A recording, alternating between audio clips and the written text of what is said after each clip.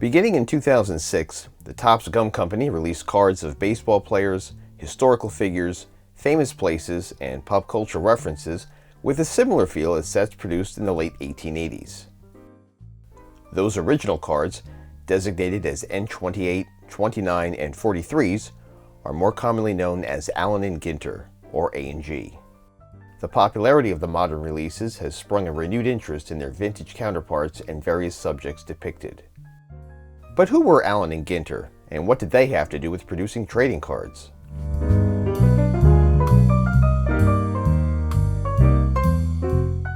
Generally considered the first tobacco cards released on a national level, N28s were issued in 1887 and feature 50 different examples, with one inserted in each 10-pack of various cigarette brands. Labeled the World Champions, 10 cards featured baseball players. Athletes from other sports such as boxing and rowing were also highlighted. Color images are based on lithograph artwork. Each vertical unnumbered card measures 1.5 by 2 3/4 inches and includes the set's complete checklist on back. Collectors received an album known as Issue A19 to affix their cards to in exchange for 50 coupons. Enthusiasts would glue the real cards over pictures of the same artwork on the album pages, which is why many examples found today have paper loss on backs. The book's illustrations are without the advertising banner on front and checklist on back.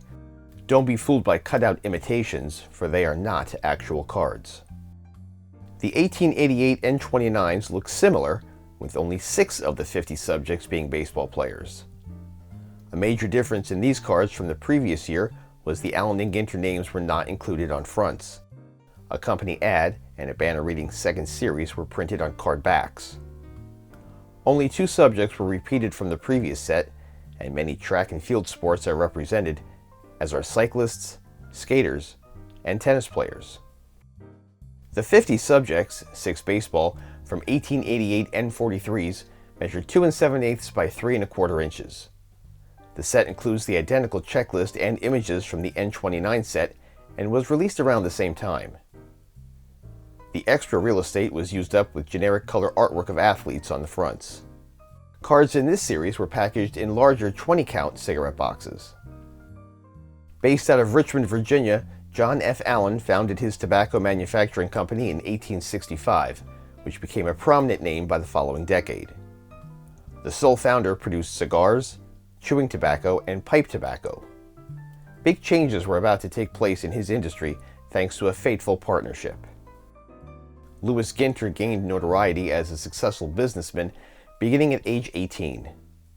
Born in New York City, he moved to Virginia, where he marketed and distributed notions and linens throughout the South prior to the Civil War. He joined the Quartermaster Department of the Confederate Army as a commissary and eventually rose to the rank of major. His side fortune of tobacco and sugar was wiped away due to a fire in his home city. After the war ended, he turned to the banking industry, found success again, and again watched it dissolve after the 1869 Black Friday panic.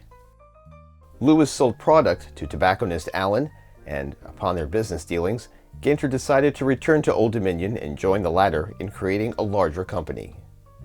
If Allen was the tobacco guy, Ginter was the marketing visionary, and suggested the company sell tobacco in the form of cigarettes, with a workforce of 20 female employees rolling each by hand. After rebranding their company from John F. Allen and Company to Allen and Ginter, the decision was made to introduce advertising cards into the product. Due to their thick stock, these cigarette cards were used primarily to stiffen packaging, 3 cents per box of 10 by the way, as well as promote various tobacco brands.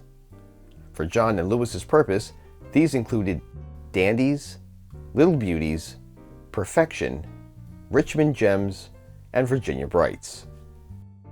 Many other trading cards issued over the course of the next 8 years advertised tobacco products, most given an N-Series designation from the American Card Catalog. Subjects of future releases featured flags, birds, pirates, and movie actors. Competing tobacco companies eventually followed suit, and similar cards were available from W. Duke & Sons, W.S. Kimball, Kinney, and Goodwin.